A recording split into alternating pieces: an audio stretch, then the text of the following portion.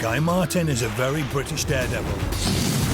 I'm into the speed, love going fast. Whatever it is, I just like the challenge. I like the challenge. And the build-up to it, and the preparation. Already this year, he's completed 3 extraordinary challenges. Along with his mate Jason Miles, Guy pedalled for 565 miles in just 24 hours and won an endurance world record. He built a motorbike and won his class at the Pikes Peak hill climb in Colorado. Yes! The best thing in motorbike I've ever done.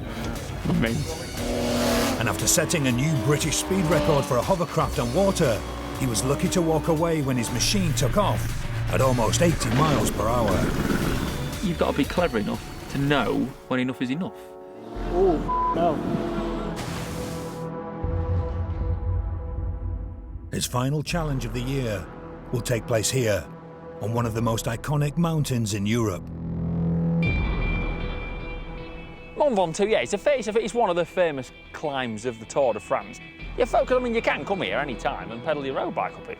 I don't know, it's bloody hard work. It was hard work coming up in the van. Guy won't be pedaling up it though.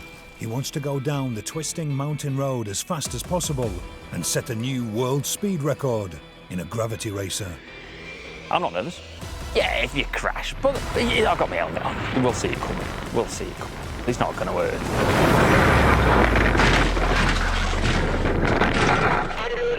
Andrew's down here, big crash, Andrew's down here now.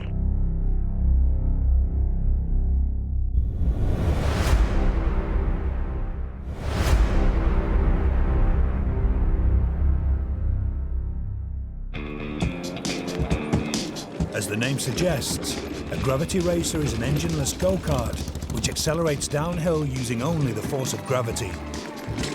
They're also known as soapbox cars. They used to deliver the soap powder into the supermarkets in big boxes, and then the kids thought it'd be great to fasten some pram wheels onto these soap boxes and go and race your soapbox. The Americans were the first to start taking it seriously. In 1936, they built Derby Downs, a dedicated 1,000-foot gravity racing track at Akron, Ohio. It still hosts the All-American Championships today. Look at the, you can see that, Hey, how many people's there? In its heyday, crowds of 75,000 turned up for the finals, and the highest speed ever recorded on the track was 53 miles per hour. In the year 2000, it was the Brits who took gravity racing to a whole new level of professionalism. The likes of Bentley, Lotus and McLaren spent hundreds of thousands of pounds building the most cutting-edge gravity racers ever, and then raced them at the Goodwood Festival of Speed. Surprisingly, however, it's not one of those amazing creations that recorded the speed Guy wants to beat. An American called Doug Anderson is the man who's gone faster than anyone else. Doug was an aircraft engineer and welder who built drag cars and raced street luge. In 2012, Doug spent 6 months building the fastest gravity racer the world had ever seen. This is the completed Bod Rod's atomic splinter. You just think, wouldn't you, oh, that's like a bit of a cart, they've strapped a fairing on and away they go. But no, if you look here, it's a bloody work of art. Look at the quality, the attention to detail, steering damper, lovely TIG welding. That's just the steering mechanism. These boys have obviously gone to split the atom. Hey, I'm on my way. Ready to rock. In the North Carolina mountains, it rolled down an open public road in the face of oncoming traffic and reached a GPS top speed of 84.4 miles per hour. Yeah, he's not hanging about. Yeah, that's not going to be easy beats. I don't know if you can see that, 84.4. It's not going to be easy, is it?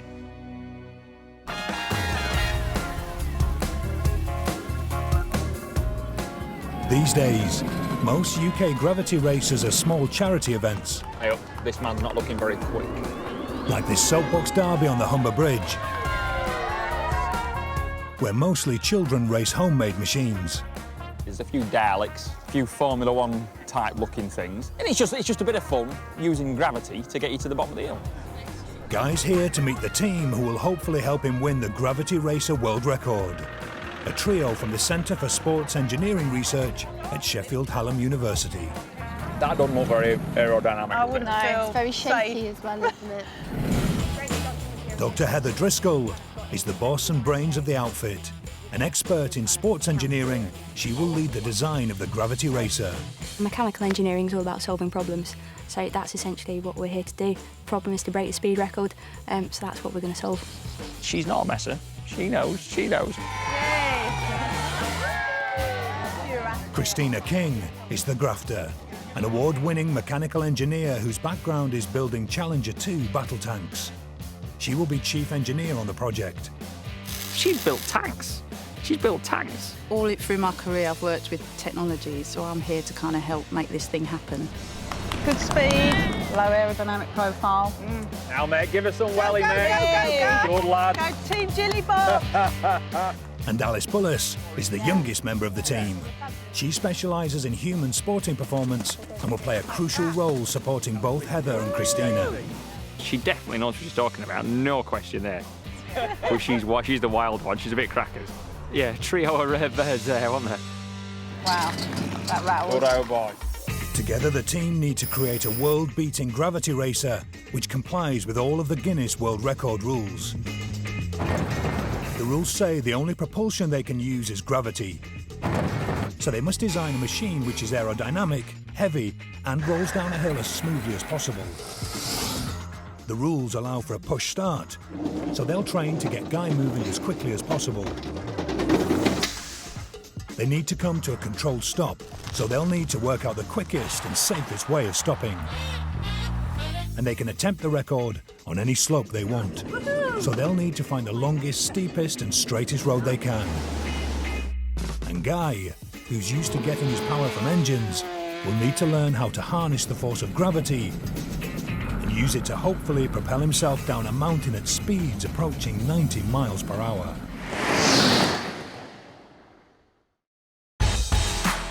Six months before his record attempt, Guy is about to have a lesson in using gravity to go downhill fast. We're in mid-Wales somewhere. I know it ends in Gade. Summits. Cannot even string it together. I just know it ends in Gade. His teacher is someone who knows a thing or two about going fast using the force of gravity alone. I am Helen Schmidt. I'm French, 33 years old. When she was young, Helen's sport was surfing. Then she landed a job at the United Nations in Geneva. With no waves there but lots of mountains, she took up street luge. An extreme gravity sport where competitors race downhill lying on longboards. And in 2006, Helen proved she was a natural. First race I've ever done was a Euro Championship. I won them. Then I went to World Championship. I won them. She then won both competitions again in 2007. Yeah, she wins races. She wins races against the blokes. And she knows what she's doing. She's not a messer. She knows what she's doing. What got you into speed? What got you into going fast? On the luge, when you pass 100k, like in a plane, it's... Right, got English. And you feel like you're floating in the air, you know. Yeah. Her English is better than mine. Yeah. And you're so close from the floor. Yeah. You have to experience that. You have to. He's handsome. He's charming. He's a really interesting person. And we share a lot of common view, I think. Yeah, I like it a lot. For Guy's first ever run on a street luge, Helen decides they should start from quite low down the course and concentrate on technique. Turning left. To turn right, I'm going to be there, like that. Turning there. To turn left, I'm going to be there. And get up, please. Yeah. And your elbow has to be here. Yeah. And then we're going to turn the other side. So you're going to change the position and do the totally perfect. Spot on, lass. I do like your French accent. Go on, just say something in French. You want me to say Just say something in French, yeah. Tout va bien se passer. Oh, you'll do for me, Ellen. You'll do for me. I didn't understand what she was saying, but it sounded great. Time for Guy's first run. Took a bit of recalibrating. Well, no, they weren't even recalibrating because I just didn't have a clue. The steering, dragging your shoulders on the floor, dragging your elbows on the floor, pushing your feet down while trying to lift the board up. That's the secret to braking. But Guy doesn't get the braking right first time and almost plows into Helen. Maybe I wanted to. You didn't know, did you? Maybe I wanted to plough into her.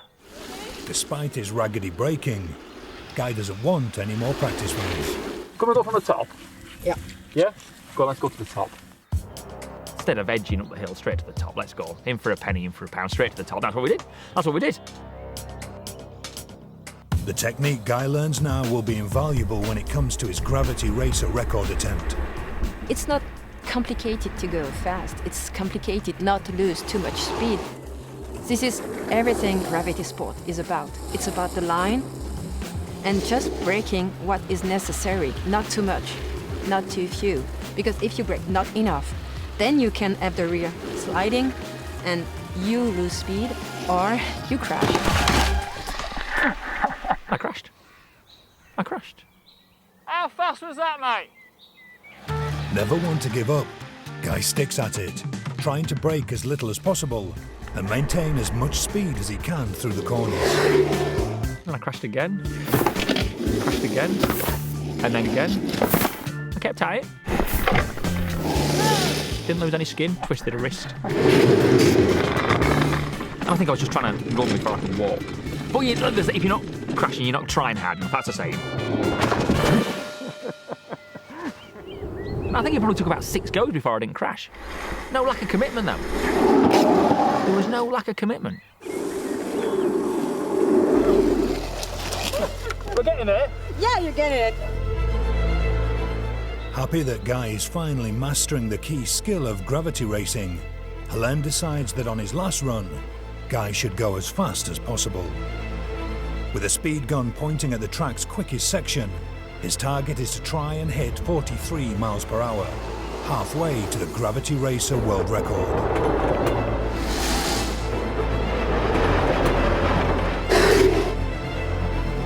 He hits an impressive 48 miles per hour, but then... Should never say that's the last run. Crash again. That's over halfway to the record. a promising end to the day, and possibly the start of something else. Yeah. Lovely French lady. A bit of encouragement in French. Il faut vraiment que tu recommences à rider. Il faut que tu viennes sur un événement de street luge. Brought the record already. I had never heard about him before being contacted for the show.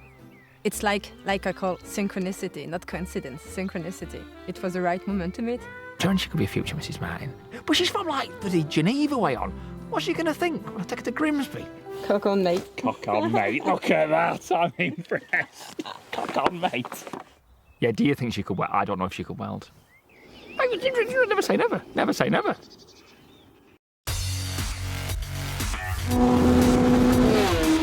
Guy Martin made his name as a fearless motorcycle racer, but now he's taken on a speed challenge where no engines are allowed. In just 3 months, he'll try to set a new world speed record for a gravity racer. And as he's already finding out, gravity can be a very, very potent force. Every single object with mass in the entire universe experiences a gravitational attraction towards every other object in the universe. So, for example, when this lot jump out of a plane, they and the Earth are each attracted to the other by the same force. But because the Earth is so massive, you can't tell it's trying to move up towards the skydivers. Instead, the skydivers simply accelerate towards the Earth. And due to the Earth's enormous mass, all other gravitational forces between objects are negligible, and everything would accelerate at exactly the same rate towards the ground if it wasn't for air resistance.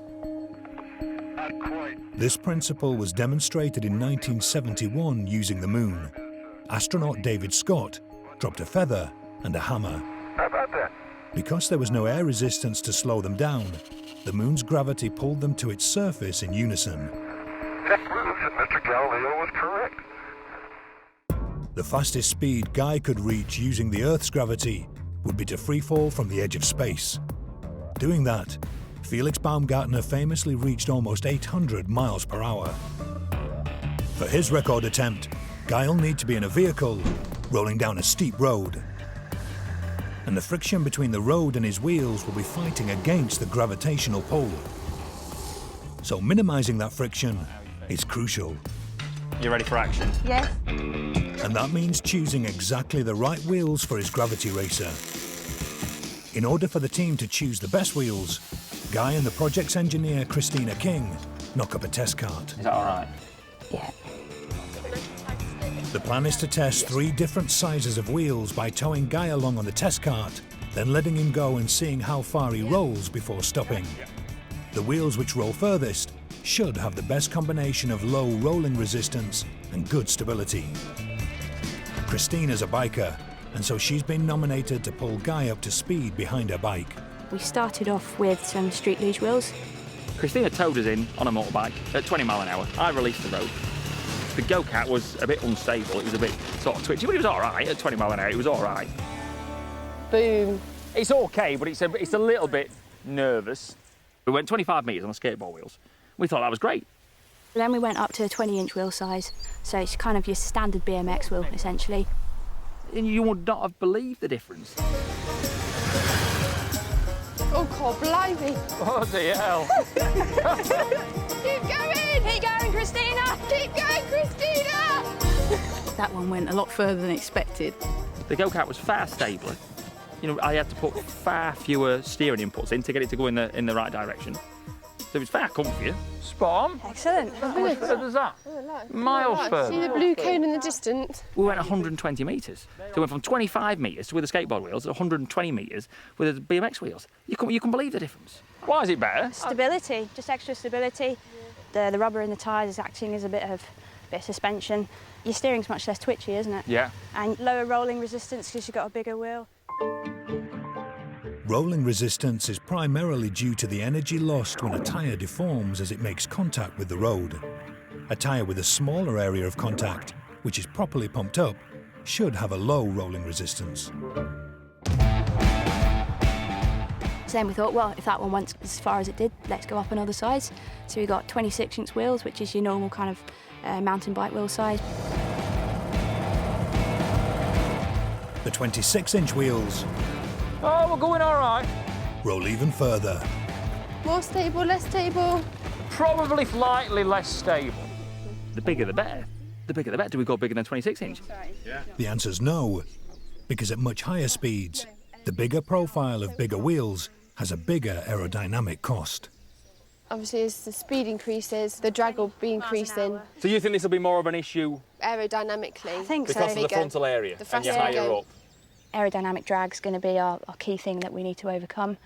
Aerodynamic drag is proportional to the frontal area. So if we can lower the frontal area, we can lower the drag and hopefully go a lot faster. So right, we know where we're going. We're going 20-inch then. I reckon. Brilliant job. Yep. Brilliant job. That was great though. I right enjoyed that. That was great. Back to the school days. I love it. Yeah. Brilliant.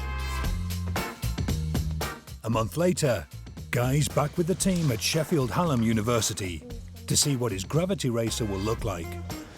Now then, girls. Hi, Guy. How's it going? Got you a tea? Grand job. Join us. Thank you very much.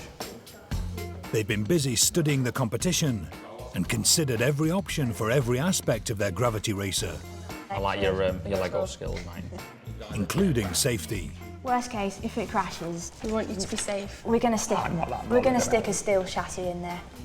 Now, after weeks of work, they're ready to reveal the final design. Looks a work of art, doesn't it? Looks a work of art. It's going to be cosy though in there, isn't it? You've got to have everything as tightly packed as possible, the lowest frontal area we can get. With its steel chassis, the gravity racer will be heavy, almost 190 kilograms with Guy on board. Being heavy will help Guy exploit gravity, but it won't help him start moving. So weight's not our friend in some cases. Not to start off with, no, because it's we're going to have to overcome inertia. Inertia I always thought was... It's not rotating energy, it's not... Let me get that right. Have we got the diary? Not the diary, the dictionary. To help Guy understand what inertia is and show why it's a problem for his gravity racer, the team meet up with a very strong woman and a very heavy truck. My name is Gemma Magnuson. I am 4 times Britain's strongest woman and 2 times world's strongest woman runner-up. I'm not falling out with Gemma. Yeah, no, cracking lad. Ooh, she can't have full of truck. Inertia is best explained by the laws of Sir Isaac Newton. His first law of motion says, an object either remains at rest or continues to move at a constant velocity unless acted upon by an external force. In other words, a stationary 7-ton lorry's inertia wants to keep it stationary until some other force, in this case Guy Martin, acts upon it. Oh, of course I want to go. Your bird can pull a truck. Surely I can pull a truck. So take the strain. I've been shifting trucks since I was a kid. I thought I could do that. Tiny steps, just trying to feel the force of the truck against you. Yeah, it wasn't easy. It was not easy. Getting the truck from a still position to a moving position, that's the really difficult part. The reason why it's a difficult part is down to Newton's second law of motion. Force equals mass times acceleration, which means the more mass something has, the greater the force is needed to start it moving. Put some effort in. Come on, Guy. Sprint, sprint, sprint. But it also means that once Guy's got the lorry moving and he's no longer trying to accelerate, inertia's on his side. Once the truck had moved a millimetre, it was so much easier then. Now the lorry's inertia wants to keep it moving at a constant velocity, and it takes less effort from Guy to maintain that. She was telling me to sprint. I couldn't sprint. You try sprinting with a 7-ton truck strapped to your back. You know about it. You know about it. It's no good just me trundling off from the top and letting gravity take me up to top speed because we're not going to have enough room. If we had an infinite length of road, you would reach terminal velocity eventually. But because we've not got an infinite length, we need to try and get you up to speed as quickly as possible. Guy is allowed a push start in his gravity racer to overcome inertia, and Heather, Christina and Alice are keen that they should play their part by giving him that push.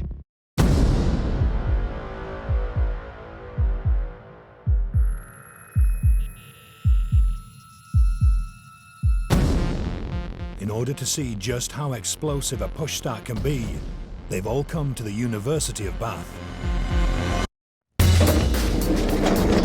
Here, two of the UK's best bobsleigh athletes, Nikki McSweeney and Anya Kay, will teach Heather, Christina and Alice how they can give Guy a very good start.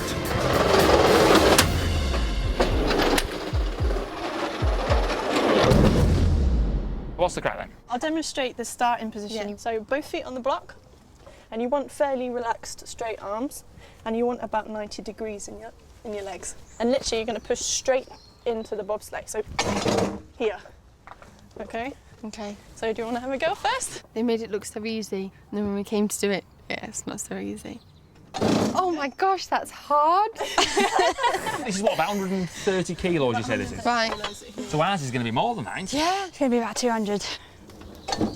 The energy and the speed that you're getting is all generated from your legs. It's only your upper body's staying strong so that that energy can transfer. Nice. After explaining the technique, Anya and Nikki show the team exactly how it's done. Yeah? Get your helmet on. Right, so I put the skid lid on. Yeah. The only thing that was a bit of a worry is the sudden stop at the end. Okay? Just hold on, you'll be fine. Yeah? The race faces are on now. Okay? Don't. They had a really good technique. You could see that they had been working together quite a bit. They were putting the power in.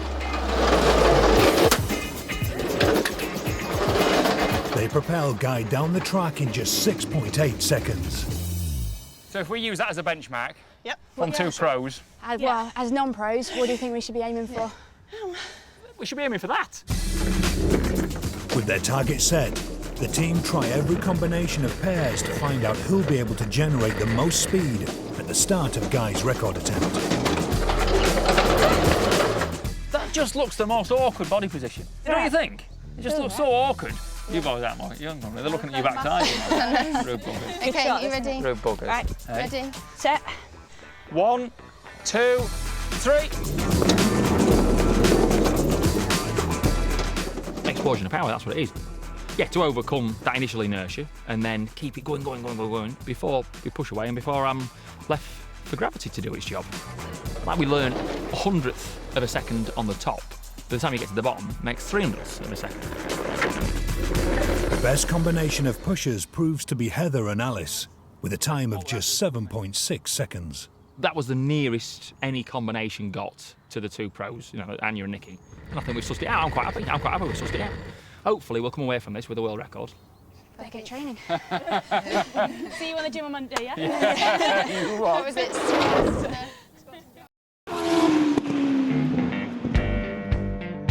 Guy Martin and a team of sports scientists are building what they hope will be the world's fastest ever gravity racer. Looks a work of art, doesn't it?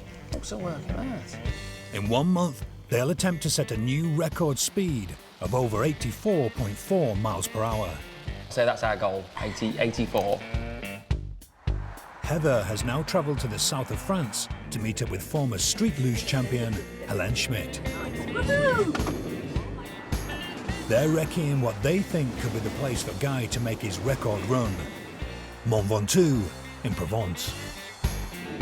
Yeah, Mont Ventoux, but it's like the famous Tour de France climb. The road down Mont Ventoux is a series of straights and hairpins. What Heather and Helene need to find is the longest, straightest, steepest, and therefore fastest section of the road. I quite like that section. The bike felt like it was always picking up speed. I was on the brakes a bit, but I was totally on the brakes. Yeah. We've got a 2,000 metre bit where we think we can do the record. We think we can do the record. It's really steep, it's about 12% gradient at the start, and with a 2k distance, I think that's probably one of the best hills that we're going to find. Unfortunately, the 2-kilometre stretch ends in a sharp hairpin, and that means Guy will have to get up to world record speed and come to a controlled stop, all within 2 kilometres. To be able to make the most of that 2,000 metres, we need to brake as late as possible, so that's why we need some good anchors. Braking from high speed safely in a short distance, though, isn't easy. And once she's back in the UK, Heather takes Guy out for a bike ride to demonstrate why. Right, where are we having these cones at? We set some cones up at the bottom, and that was the marker where we had to start applying the brakes. Guy then went up the hill. First run down, tried to aim for about 15 miles an hour. Now. 15 mile an hour to 0, about 4 metres. Repeat it again, this time as fast as we possibly could. I thought twice as fast, twice as far. You'd think, wouldn't you? But no, that's not the case. Now. So at 15 miles an hour, it took me 4 metres to stop. But at 38.8 mile an hour, it took me 20 metres to stop. She won't go anymore. That looked pretty quick. She won't go anymore. So 2.5 times faster, but 5 times longer. The stopping distance was 5 times longer. So yeah, very, very interesting. So why is the increase in braking distance so much greater than the increase in speed? Well, it's all down to the relationship between speed and kinetic energy, the energy an object possesses as a result of being in motion. If you double your speed, you quadruple your kinetic energy, because to accelerate, you need double the force for double the distance. As braking is all about getting rid of kinetic energy, if you're carrying 4 times the energy, the same brakes will need 4 times the braking distance to get rid of it. The only way to shorten that distance is to fit better, more efficient brakes. To maximise braking power on Guy's Gravity Racer, the team will fit disc brakes on all 4 wheels. And Guy knows exactly which disc brakes he wants. Well, we want the best push bike brakes. We need to go see the boys at Hope. Hope, based in the Lancashire town of Barnoldswick, is a proper British engineering success story. They're like nothing else. I don't even think there's another brake on the market with such attention to detail like what these boys do. They do a vented push bike brake disc, which is made out of 3 parts. Disc brakes work by converting your kinetic energy into heat energy through friction between the disc and the brake pads closing on it. In order for the brakes to work well, they need to get rid of that heat quickly into the surrounding air. The ventilated discs that Guy wants to use are made from 3 precision-engineered parts fused together. All the gaps left create a very large surface area and good airflow across those surfaces. That makes them very effective at radiating and convecting heat away. On a push bike, to be honest, it is massively overkill. But I think for what we're doing, with a go-kart at what hopefully should be nearly 100 mile an hour, this should be perfect for the job. Perfect. Next job is for Guy, Heather and Hope engineer Alan Wetherill to fit the ventilated disc brakes to the now finished chassis of the Gravity Racer. Bloody hell, mate. There you go. She's looking the part, isn't she? Hey? Fantastic. Less than 2 weeks to make it. What a job. Get in. Nice, isn't it? See if it fits. It looks the part, yeah. Really, really nice job. She's cosy. Right, Isn't it? It's cosy. You've got to shift forward, that's it, and then get your head, you can get right back, and then your steering wheel is going to be mounted here. Felt dead safe, dead safe. It's got a roll cage on it. I'm surrounded by steel tubes. I've got loads of safety. Mega. So brakes on each wheel then? Yes. All four, yep. With those calipers? 4-piston calipers on every corner. On each wheel? Yeah. Guy will operate the brakes via a simple foot pedal. He'll also be able to adjust the balance for optimum efficiency from inside the racer. So you can adjust the braking force between the front and the rear. So you want obviously more brake on the front wheels. Yeah. So as the more weight transfers to the front, there'll be less weight on the rear wheels. Obviously they will lock a lot easier. So you adjust this bias valve, so it takes less pressure in the brake on the brake, so they won't lock as easily. What a job. With just a couple of weeks to go before the record attempt, Guy visits EPM Technology in Derby. The racer's fairing's being made here, and as boss Graham Mulholland explains, it's been designed in two halves to fit the chassis as tightly as possible.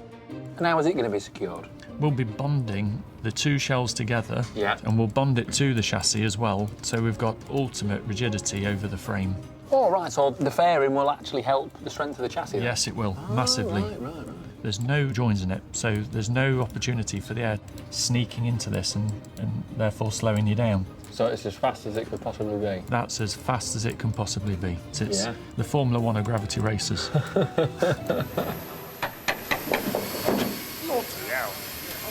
get a seat in it. Yeah. Yeah.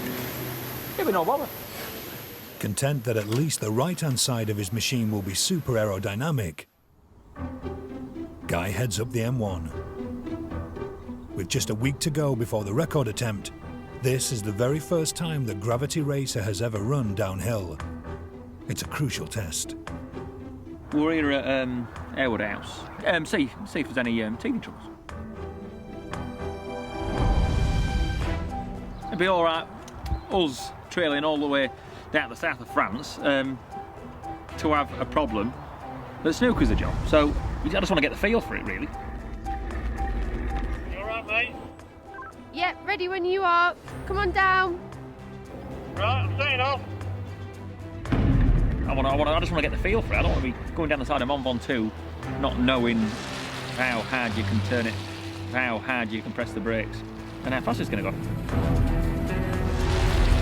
After just a few hundred metres, Guy's clearly happy. Spot on, perfect. Can't put it in the van, go to France, honestly. Be grand. About 37, 38. Spot on, mate. The brakes are more than good enough for the job. Yeah. For the first run out, I think it's mega. The steering's spot on. Yeah, handle's spot on. And I got a couple of little slides out of it, so it's predictable, but it's predictable.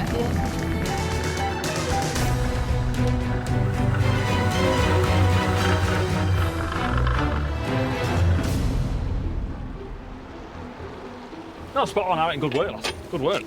Honestly, credit to you. Yeah. Like, first time out, really, what do you have to do? What do you have to do? What do you have to do? Nothing. Yeah. First time out. Yeah. Mega. All that is left to do now is travel to France, where in a week's time, Guy will attempt to drive his Gravity Racer down a mountain road at nearly 90 miles per hour.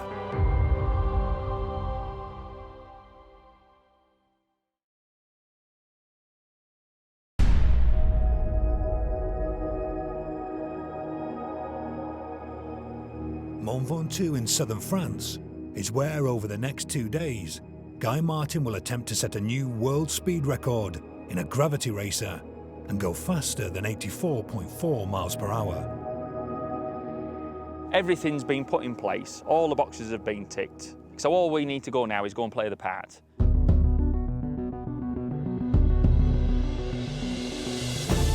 His gravity racer is finished and looks the business.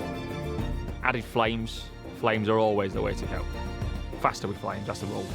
The local authorities have agreed to close a steep 2-kilometre section of the road each time Guy makes a run, and special crash barriers have been positioned along the more dangerous parts to hopefully stop Guy should anything go wrong. Before his first run, Guy walks the course with champion street luger Helen Schmidt. So many memories on that road. Is there? Oh, Memories can't of believe- what? Shivering, riding fast. Yeah? Yeah, I like it. I like it here.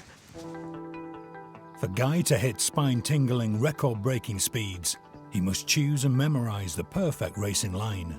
Yeah, I think you'll get around there, flat to the boards. Once you've passed this, really the goal is to not lose any speed. This is the least path of resistance, I think. Just clip the edge of those bales. That makes that less of a bend. Just, I'm excited, I'm looking forward to it. Before I just thought, I mean, you know, it's all done. So I only need to go down the hill in it, really. But now, actually, I think, oh, yeah. For the attempt, Heather has asked along her colleague from Sheffield Hallam University, Terry Senior. He's an expert engineer who's helped Guy break a world record before. I was involved in the sled last year in the last series, and me and Guy kind of struck a bit of a friendship up the last time we were together. With everything now in place, it's time for the team to test the Gravity Racer on its first high-speed run. The body was only fitted the week before we came, so really this was the first run as the complete racer. In the back of my mind there was a little niggle of worry. So there was a definite element of responsibility that I designed the racer and I was just about to send Guy down a mountain on it. Any words of wisdom? Hold on.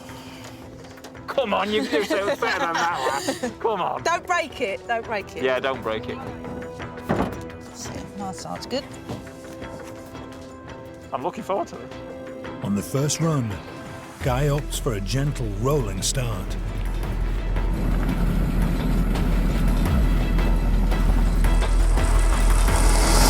Once he was up to speed, he just kind of got that perfect fast car noise as he went past it. It just sounded fast, it looked fast. Came down the hill and it just looked like a bullet. Worryingly though, when Guy checks the top speed on his GPS, it's clear he is way off the 84.4 mile/hour target. 71. 71. Almost 72.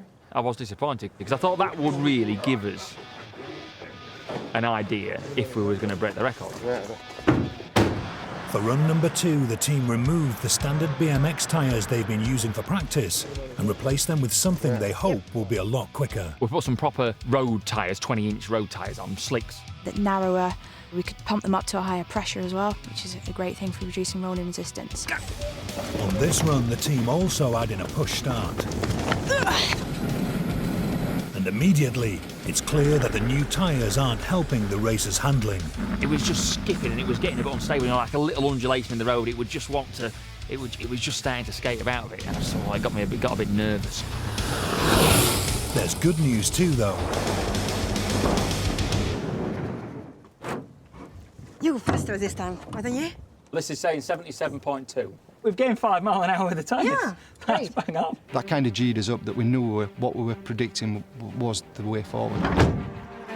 Before the final run of the day, the official timing gates are set up to accurately record Guy's average speed over the fastest 100-metre section of the track. And the team adds weight to the Gravity Racer in an attempt to improve its handling and acceleration. One of the easiest ways was bottles of water. We knew how much they weighed. It was really easy to kind of chuck them in. With 5 litres of water and therefore 5 kilograms of mass added, Guy gets an immediate improvement in handling and speed. It just changed the characteristics completely. And Guy said to me, he said, it's feeling really, really good now. 81.8 miles per hour. Mega, brilliant. 3 miles away from the actual record. Everyone in the team was really excited and there's kind of a positive attitude. We're nearly at the record now and we've got all these other things to try, so yeah, we went to bed full of confidence, full of confidence.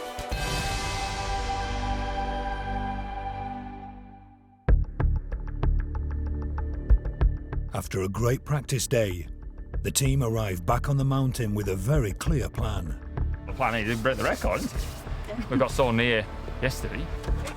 And with so much at stake, preparations are comprehensive. It's such a severe, really. You couldn't leave anything to chance. It all had to be right. And checked and checked and checked again. We made a couple more changes. We increased the tyre pressures, we put a little bit more weight in. Everyone knows that today is make or break. Apprehensive. Apprehensive. I was really worried that maybe that was it, maybe it couldn't go any faster. We all like butterflies. There might have been tension in the team, but for me, I was just going, do what I do, just do what I do, do what I do. It's mega. I'm like a big kid, get to drive this go-kart. It's mega. With another 5.5 litres of water added behind Guy's head, the Gravity Racer now weighs exactly 200 kilograms. Shall we get a lid on? Yeah. And the tyres have been pumped right up to 77 psi. Time to try and break a world record. He had a perfect start, the line looked good, and yeah, as we saw him disappear around the bend, it was sounding good as well.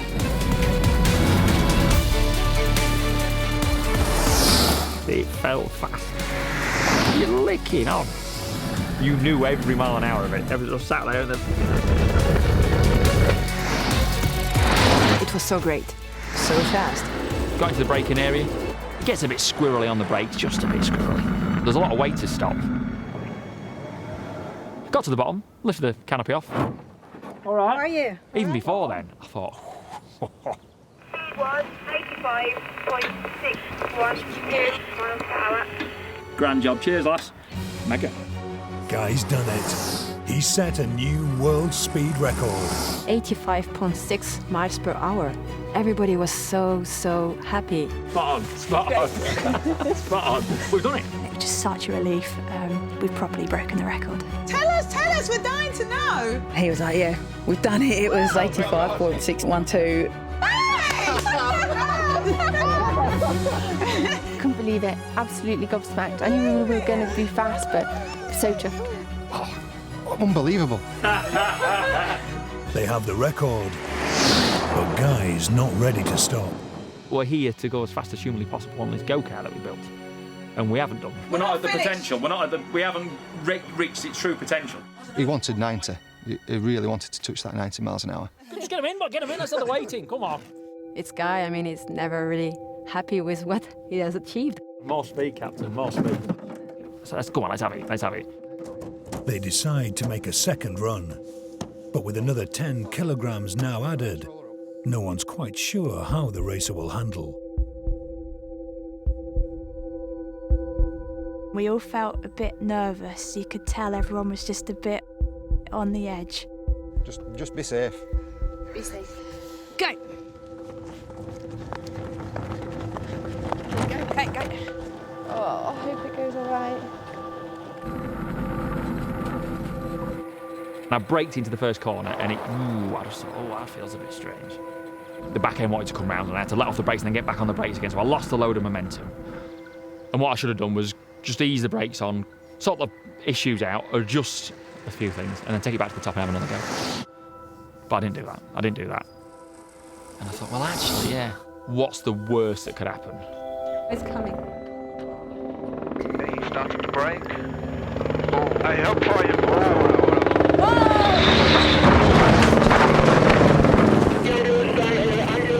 Big crash, Andrew's down here now.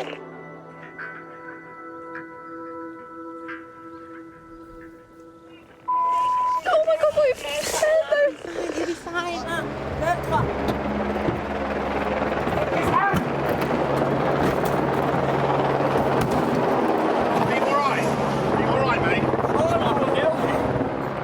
Despite a massive crash at almost 90 miles per hour, Guy climbs out of the Gravity Racer completely unscathed. As soon as everything had stopped, I thought, scratch my helmet. Scratch my helmet. My mate paints them. Scratch my bloody helmet. The team are very relieved to see Guy's absolutely fine. Wow, it's so for me. Cheers, mate. You got it on the camera. You got it on the camera. Oh, man. Press the brakes. Whoosh, got to move. And I thought, oh, it's no good trying to come to a control stop. I'm going to crash. It went sideways, and then I just saw a bit of red from the barriers. I saw tarmac sky, tarmac sky, tarmac sky. And then I was just looking at the floor as I was sliding upside down on my helmet. I could hear me rattling about. Keep calm and just keep everything in. Don't let your arms flail out.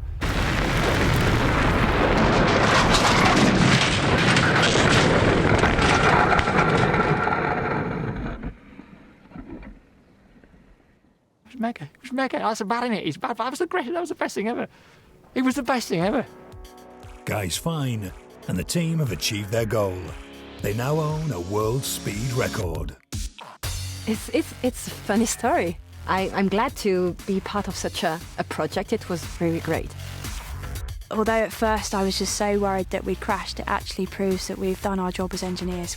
We've set a record and we've proved we've designed a safe car, and there's no other way to prove it's safe without crashing it. I'm quite proud. I'm quite proud. To finish on such a high, we couldn't have asked for any more. Must have the nerves of steel to go at the speeds he was today. What an adventure! What an adventure! What, just coming to France and yeah. I think he's a bit of a nutter, to be quite. Best crash of the year. I don't know. That was best crash of the last few years.